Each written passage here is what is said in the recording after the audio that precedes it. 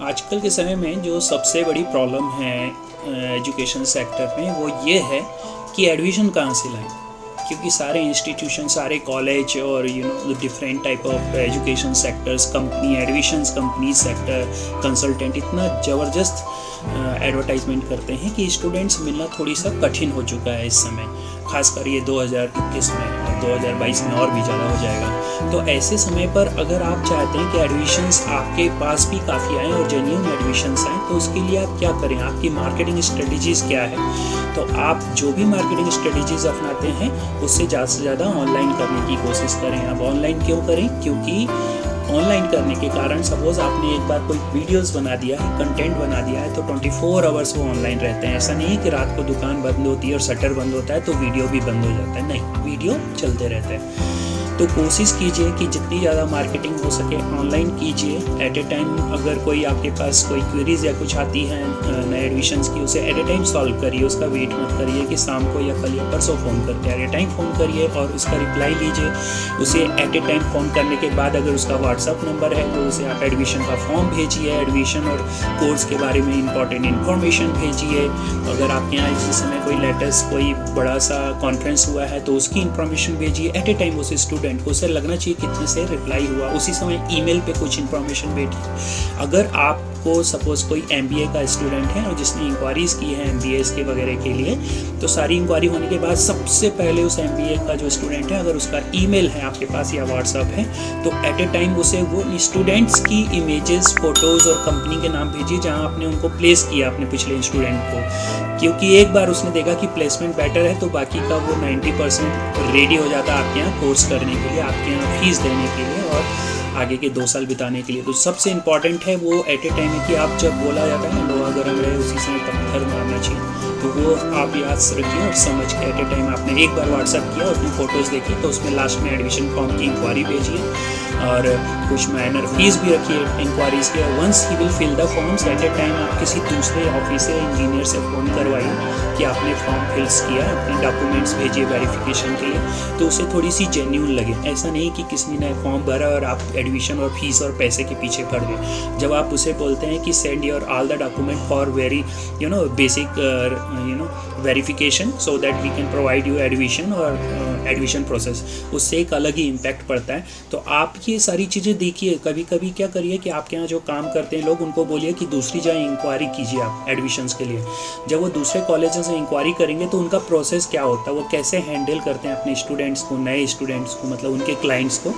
तो आप उस प्रोसेस में अगर आपको प्रोसेस अच्छा लगता है तो उसको अपनाइए, ऐसे रिसर्च करिए। बट यहाँ पे आपको मैं बेसिक 2-3 टिप्स देने वाला हूँ जो कि ब्लॉग्स रिलेटेड है, क्योंकि मैं मोस्टली तो इस पर ही काम करता हूँ, ब्लॉग्स पे ऑनलाइन जो बोलना चाहिए मार्केटिंग्स वगैरह होते हैं। तो यहाँ पे मैं आज आपको 2 टूल्स इंट्रोड्यूस कराऊंगा। तो लेट्स स्टार्ट दैट।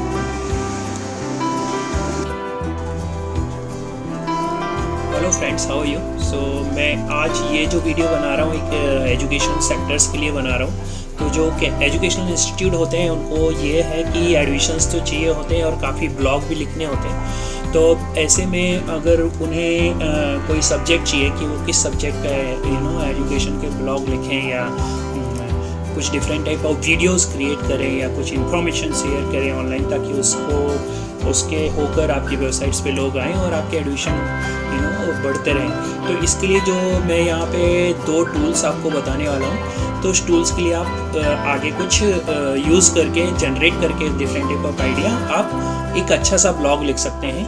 तो पहला तो ये है hubspot.com। यहाँ पर आप आएंगे तो आपको ये कुछ इस टाइप की वेबसाइट्स मिलेगी, ये देख रहे हैं यहाँ पे। तो सपोज़ अगर आपके यहाँ कोई कोर्सेज चलते हैं जैसे animation, MBA, BCA, BSc IT एनीथिंग्स, तो आप उस पर कुछ ब्लॉग लिखेंगे उस ब्लॉग को अगर आप अपने वेबसाइट्स पे या डिफरेंट प्लेसेस में अपलोड करते हैं तो डेफिनेटली उसका बहुत बड़ा इम्पैक्ट पड़ता है, क्योंकि students are searching the different type of blogs for their knowledge. तो मान लीजिए यहाँ पे एग्जाम्पल के लिए मैं एनिमेशन में काम करता हूँ, तो मैं एनिमेशन ही सर्च करता हूँ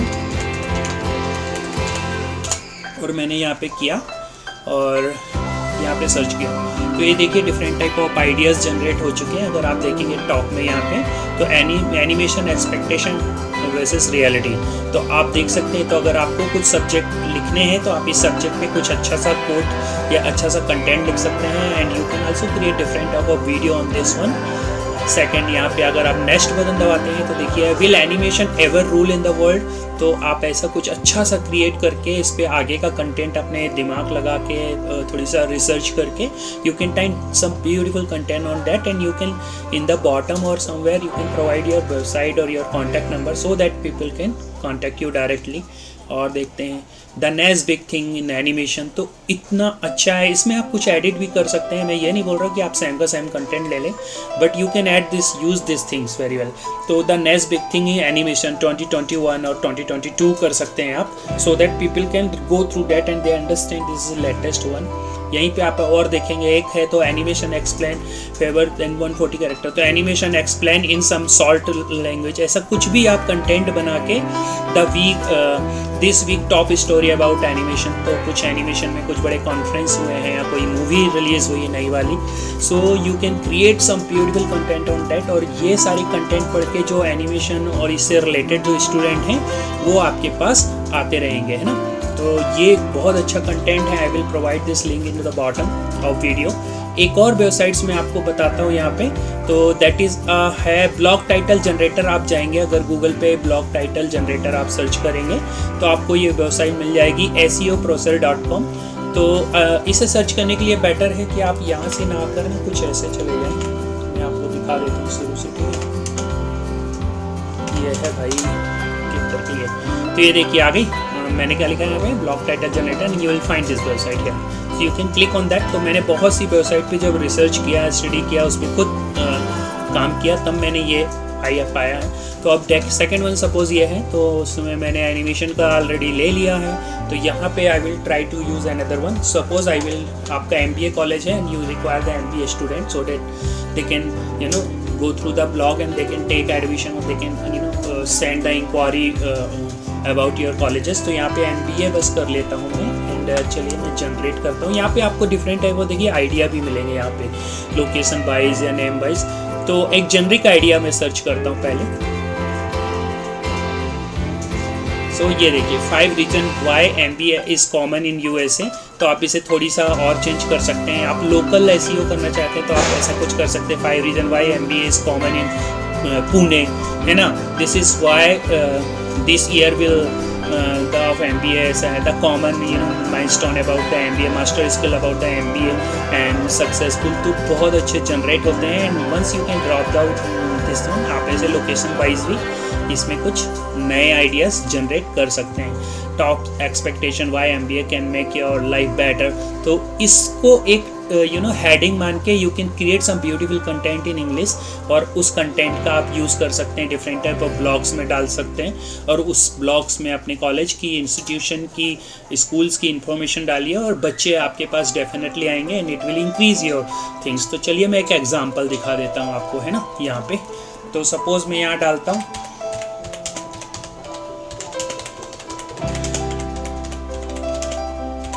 मैंने यहाँ पे डाला है DV themes design course in Pune. तो ये देखिए कुछ यहाँ पे एग्जांपल आ चुके हैं। यहाँ पे ये देखिए कुछ वेबसाइट के सजेशन भी है, world training institute Pune Maharashtra, और कुछ सजेशन भी आ गए यहाँ पे। और उस सजेशन पे सपोज तो क्या करेगा स्टूडेंट, सबसे पहले तो वो उसी पे क्लिक करेगा ना जो सामने है।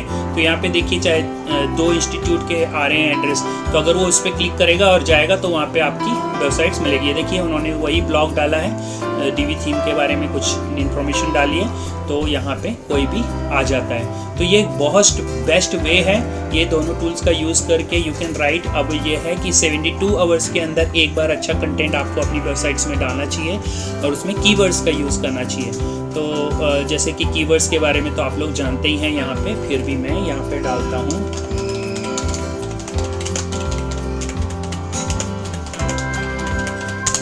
वर्डप्रेस ट्रेनिंग इन पुणे डाला है, ठीक है। तो I can find some of the keywords यार, ये देखिए मिल रहे हैं ना। तो ये इसके कारण मिलते हैं, आपको ऑलरेडी ये पता होगा, मैं पिछले अपनी वीडियोस में बताया हूँ, लेकिन एक बार बता देता हूँ। यहाँ पे मैंने एक्सटेंशन लगाया है, ये यहाँ पे आप देख रहे हैं, ये वाला है ना कीवर्ड्स।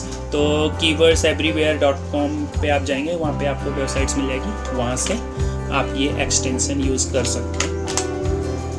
तो ये देखिए तो अब इसके आगे का प्रोसेस है, आप एक्सटेंशन उसमें यूज़ हो जाएगा।